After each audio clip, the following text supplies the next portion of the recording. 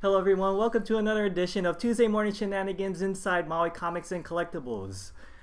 I don't think we need to really introduce... Did we really just lock eyes accidentally? No, nothing's accidental. I am Aaron of the Rave Corner, and to my right we got Swan, the War Chief, hashtag Encounters of the Nerd Kind. And to my right we got no one. None. Yeah, it's just us two today. Yes. Man, this is the first show in how long since we just did by ourselves? Oh, I can't remember the last show every time there is always a guest. Yes. Yeah, almost every episode there's a guest. Oh, I remember. It was the time we did the thing about the summer camp and stuff. Those shows. I know. Oh man, that long ago. Yeah. Now we're about to approach fall, so. Yeah. So today's topic, because Pokemon Go is still a craze here on Maui, it made me go back and actually want to watch the Did it? Because I had that same feeling. Because I'm like, oh, I gotta go watch the show again. So yeah, it made me want to go back and watch the first generation cartoon, which came out in 1998. Yeah, 97, 98. Yeah, exactly. And just get ready to be disappointed. Because when you rewatch that show as an adult, I still liked it. I think he's just a terrible trainer. Oh no, well, yeah, the issues with Ash aside. Yeah. I just thought he was so great as a kid. Like, as a kid, you're watching this, and you're like, the kid's great, he's awesome, yes, the best trainer in the world. You watch him as an adult, and you're just... Like, you haven't made the best choice. And yeah, we'll get to that. Because there's this one particular episode that I want to talk about. Okay. But let's go over the synopsis first. Basically, our main character is Ash Ketchum. A 10-year-old boy who becomes a Pokemon hunter. Yeah, but he's starting from the bottom, like literally. And he comes from Pallet Town, right? Mm-hmm. And his rival is Gary, but unlike Ash, Gary is like actually more experienced. He's more knowledgeable. Well, not only that, he's like also the grandson of the Professor Oak. Oh yeah, that's right. The great Professor Oak. Yeah. And then he has his own entourage of cheerleaders. Well, not only that, he's smart because he was older. He had a car. Ash walked everywhere. That's true. But, it kind of gave us the sense of like, oh my god, this kid's going to do it all by himself on foot. But no, he breaks a girl's bike. He finds a perverted gym leader. And, they go on some pretty questionable adventures. By perverted gym leader, Swan is referring to Brock. The gym leader. The Pewter City gym leader. Exactly. And Brock specializes in rock-type Pokemons, but... What Swan is trying to say is that Brock literally has a crush on every single woman, and he's trying to ask them out on Joy, every Officer and Jenny, anybody that he can get his hands on. The funny gag is that Officer Jenny and Nurse Joy are everywhere because they're multiple twins. Yeah. So it's like going beyond Octo status, and all of them are very identical. And it's hilarious though when you watch that show, because then it's like, hey, I'm the Nurse Joy from Pallet Town. Exactly. How are you? And you met my sister Joy, who met my sister Joy, who knows my other sister Joy. Exactly. And nobody can tell the difference except Brock, of all people. Yes. For some odd reason. I want to know if he's squinting. He has a superpower to identify them. Maybe. Like he has an eye for picking up on those subtle differences. Because maybe when he's doing that squint, he's like, I can see a mole. You're not that Jenny. You're not that Joy. Exactly. So basically, Ash does make friends. So he became friends with Misty because he broke her bike. But Misty is the sister of the gym leader who specializes in water Pokemon too. Yep. And so Ash starts off from the bottom.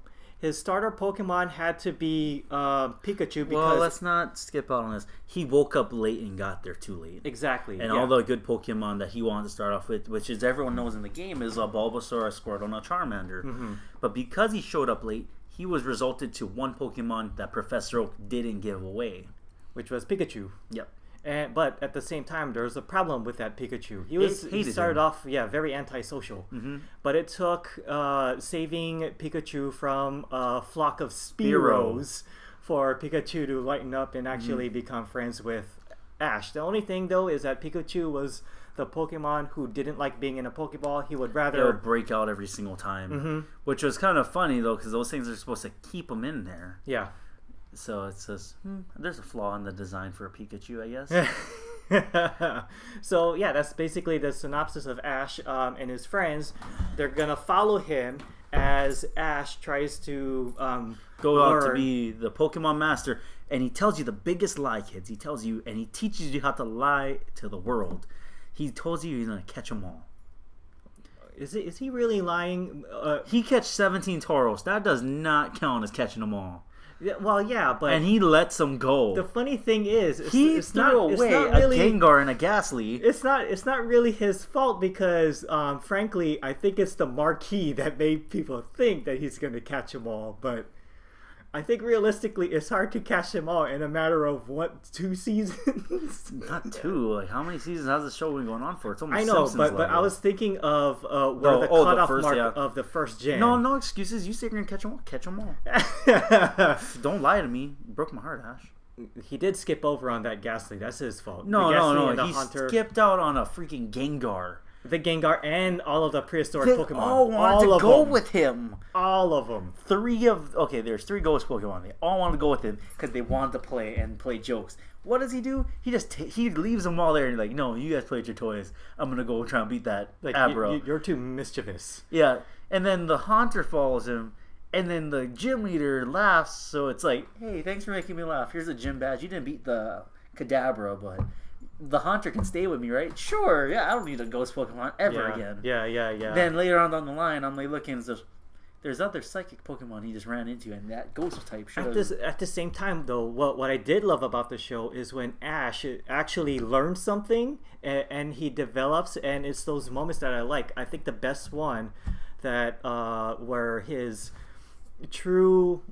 I guess experience started to shine and make him a lot more wiser was when he actually participated in the Pokemon League.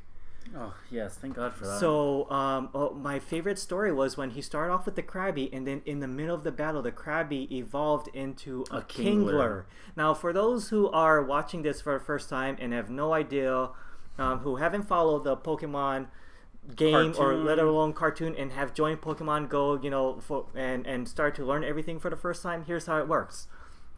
Contrary to the app game, the app tells you that you have to evolve a Pokemon by repeatedly catching the same thing so you can exchange it for candies and then use Stardust. But it's far away from how it works. In the games, in the show, it's like you gotta battle them, you gotta fight. However, you gotta beat as many trainers. The Pokemon themselves have to earn the experience points, not you. It's the Pokemon that levels up. And then as that Pokemon gets more and more to the point its experience is grown to a limit, it evolves. It evolves, yes. And if you wanted to catch a Pokemon, you send whatever Pokemon you want, so it'll battle the Pokemon that you want to catch, and hopefully the Pokemon that you want to catch will be, weakened enough so you could throw the ball and catch it. Not this whole feeding the whole raspberry, tickle his chin, become my friend. You forget. You did not forget about the show. This is one thing I like about Pokemon Go. It took something from the show. Ash whacked him with rocks, sticks, and all kinds of crap that's true. To catch them, and I laughed at that because he threw the rock at the Spearow that made it pissed off. And all it did was, summon the flock, which essentially hurt So, Pikachu. By the way, he's the reason why Pikachu is in danger. It's such an irresponsible trainer. Exactly. He's an abusive trainer, too. Well, again... yes, I'm going to send my Pikachu against an Onix. Well, at the same time, I cut him a lot of slack because... I see him as... sprinkler system? No, it's more like I view him as kind of like a noob starting up. And so, likewise, it's kind of, expected to see someone develop that way. True. But, when he fought the Krabby with the stick, that was hilarious. That was funny, too. So, that's what I want in Pokemon Go. You can hit him with a stick or something. So you would, instead of throwing raspberries, you would rather throw a rock. Yeah, I'd probably knock them out unconscious. That would probably just increase their escape rate by a couple of percentages. How if they're sleeping? The only person who's sleeping is Abra. What if they just hit it one time and it says Slowpoke falls asleep?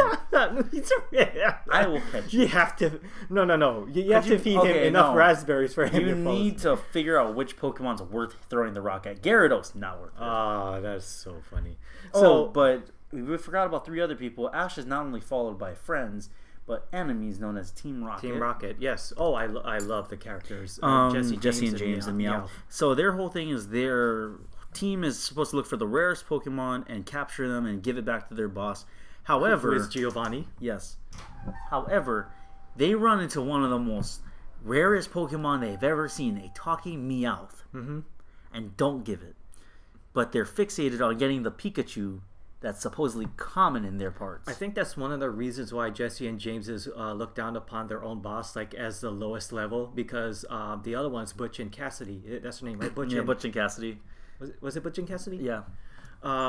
They were actually more focused and were catering to Giovanni much better. Mm-hmm. Whereas the Team Rocket that we follow, Jesse and James, they seem to just want to get their hands on everything that they could find. Well, mostly food, because these guys were bums. They had no money. I'm surprised they just didn't eat the Meowth at some point. Oh, but did you love the monologue that they have every time they? I honestly remember that monologue to heart so much. I do. Do you remember having the coloring books? No. There is a Pokemon coloring book where you had to make the whole monologue, fill in the blanks. Oh, cool. It gave you 3 letters out of that whole monologue, and you fill in the rest of the blanks. So I remember that as a kid so much, to the point where it's like, I could do it. Should we say it? No. Okay.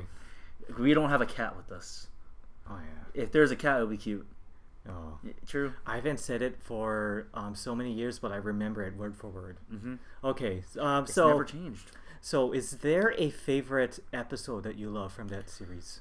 My favorite, I have a top 3.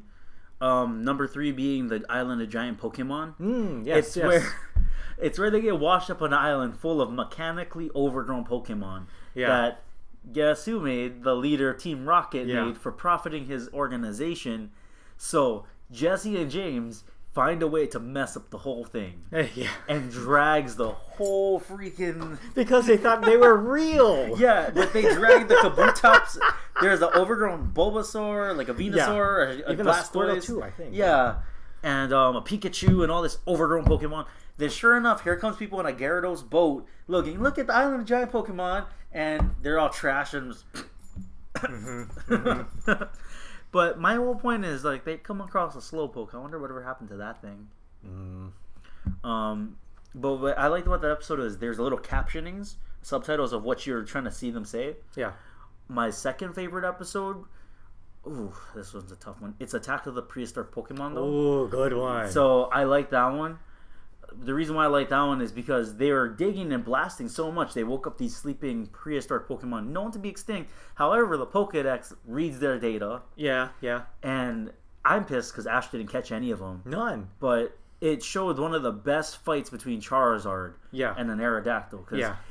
So Charmander is a Pokemon Ash catches and rescues from the rain, and it becomes his best friend. He evolves into a Charmeleon that doesn't listen to him at all. Yeah. Because he's inexperienced as a trainer. But even worse, it evolves into a Charizard that still doesn't listen to him. Yeah. But some reason comes to rescue him somewhat. No. It just had a frickin'... He had a grudge to settle with the Aerodactyl. Exactly. That's why he evolved, is because he had a grudge to settle with the Aerodactyl. And realistically, he accidentally rescued Ash. He couldn't care less what happens to Ash, but because he was in the way. Because he was a Charmeleon and he just got trampled by the thing.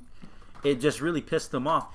But you gotta admit, it was a good episode. In fact, that was gonna be in my it's gonna be in yours? my top 3. But no, it's okay. It's okay because it makes my job. It makes my job easier. All right. But what about the time though when Charizard finally warmed up to Ash when he went up against Magmar? Right around that time. Oh, that was my number 1. Oh, I'm sorry. Volcanic Panic. I'm sorry. No, it's okay. So but now we're even. Volcanic Panic. But my number 1 now would have to be the Tower of Terror when he has to go find a ghost Pokemon. Because obviously a fire type would have advantage over the ghost types. I'm guessing because, But it's funny though because they turn him into a ghost with Pikachu just to have fun and play jokes on people. That's true. And then they take him to a toy room that Team Rocket gets trapped in for the rest of their days, I'm guessing, as playmates of a Gengar and a Ghastly. Oh, yeah. However, I'm just really irritated at the episode because there's one of the strongest ghost Pokemons at the time. In our first gen, Gengar was the one ghost you would always want because he was a strong one. The funny thing about Pokemon Go, he's the weakest. Like, gosh darn it. I mean, what's funny is that he doesn't even learn Shadow Ball. I was hearing. Yeah, from the games, like coming from all the way back to the very first Red and Blue, they did the Pokemon a really good service and advantage by saying, hey, if you send your Pokemon to do any sort of physical attack, like it's something with physical contact, such as a tackle, a punch, or anything like that, there's it won't like work. burn damage. There's all kinds of stuff you can get from it. It won't work because it's like a ghost. You can't punch a ghost. You can't literally throw blows and it'll work. The only way to affect a ghost is through like a beam or a flame And for attack. You millennials, the new Ghostbusters does not apply here because they're gonna be like, oh, I beg to differ. They punch the ghost. Yeah, but in Pokemon Go, you can't. Like, a Ghastly, a Haunter, or a Gengar can get hit with a single Well, not only that, there was physical also blow. that one mission you have to go to the tower and there's a ghost of Marowak. Yeah. Like, ingenious. But another thing I liked about it is because it showed that just because they looked scary, they weren't. They're actually really friendly. It's like a Casper moment. Oh, yeah. But it's funny, though, because Ash gets one of the second strongest ghost Pokemon by it just wanting to go with him. But, yeah, man, Volcanic Panic, I'd have to say that was, like, the best one to me. Like, what would be yours, though? Honestly, I only have a top two. Third is actually no. Wait, I just got my top three now. So the third would be the Battling Eevee Brothers. It's the one where we have Rainer, Sparky, and Pyro. They are the older brothers of the younger brother whose name I always forget. I like this awkward silence. Yeah, I just was watching the episode yesterday. Yes. I forgot his name, but anyway, so the youngest, very forgettable. Yeah, what can I say? The camera's on, so it happens. No, the youngest brother, it's because we don't watch it for him. We watch it for the three we get in Pokemon exactly. Go. So the youngest brother has an Eevee. He doesn't evolve it, whereas the three older brothers, they're all about evolving with stones. That's their whole. Well, their motto. whole coalition was like, we have to induce the evolution process so they're stronger. And what's even cooler is they try to give a Firestone to get a Ninetales for Brock.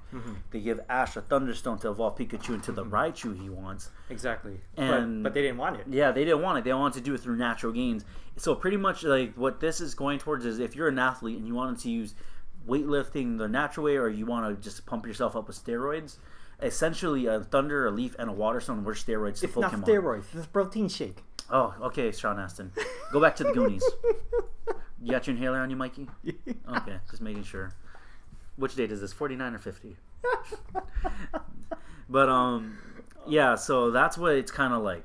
But it's funny though because all of them had advantages you don't get in the game. Yeah, that's true. Like Vaporeon can go into the water and then like camouflage itself. Jolteon, when angry, can shoot needles off its back. Yeah. Like that would have been a cool freaking attack. It would have been a cool one.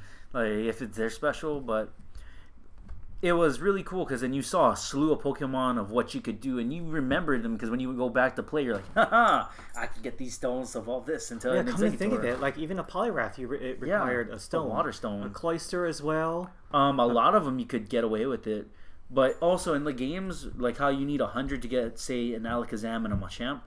In the game, you actually have to trade them. Yes. Remember that one little quirk?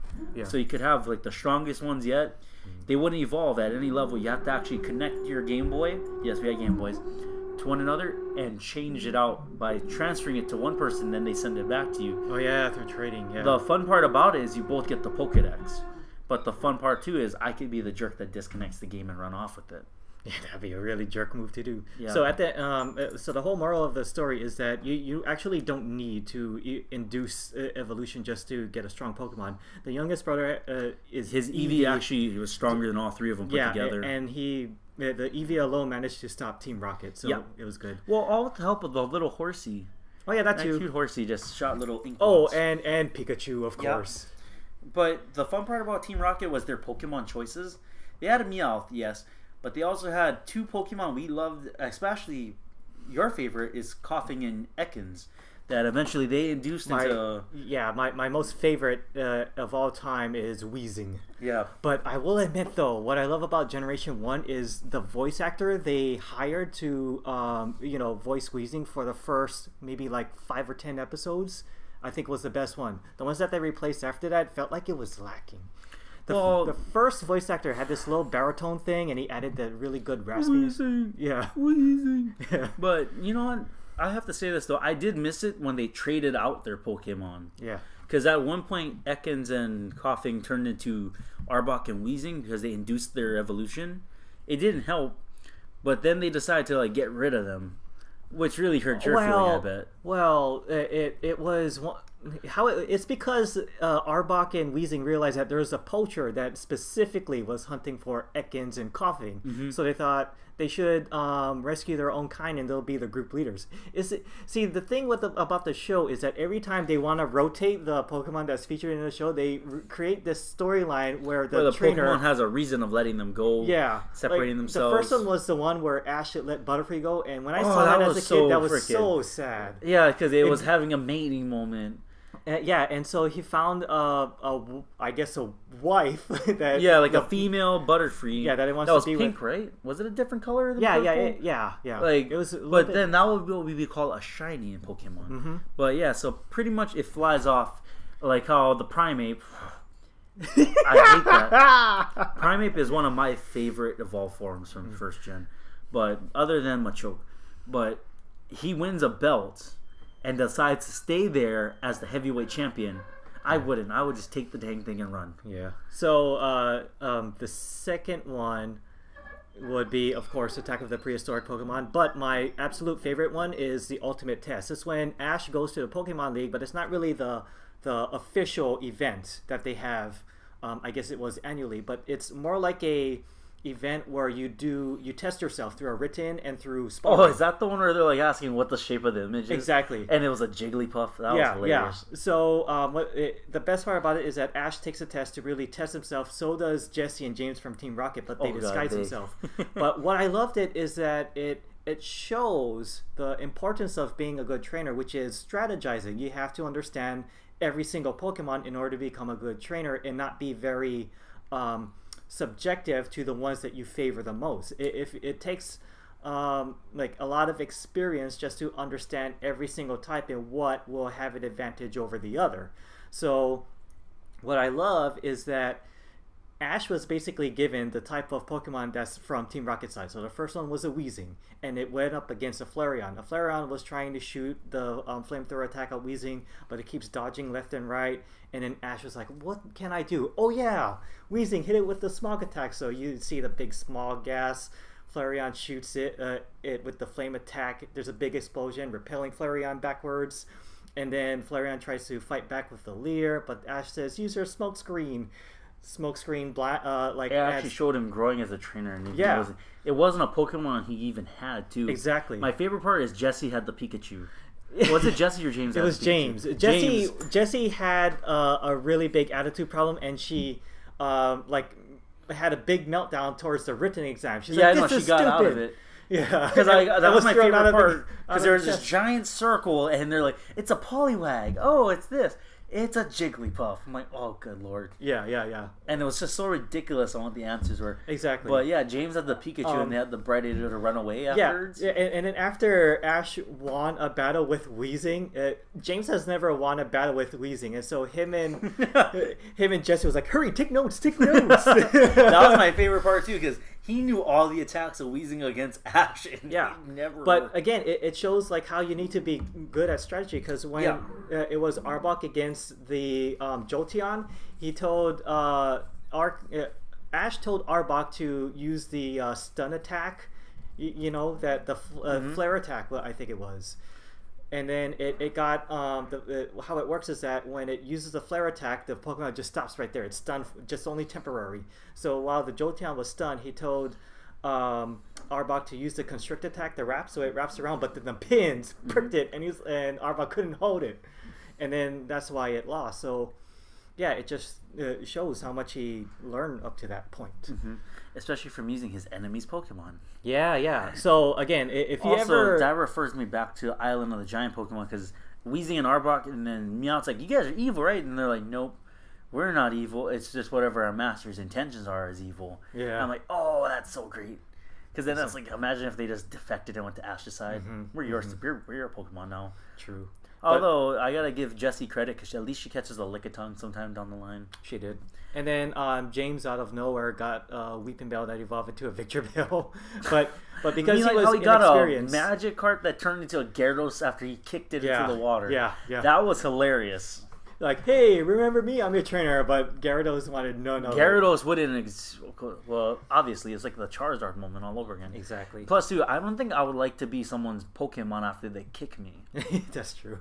But if you ever notice that the top 3 episodes that I picked specifically have Weezing in it. Yeah, for those I didn't notice. Who are wondering, why do I like Weezing so much? It's the concept.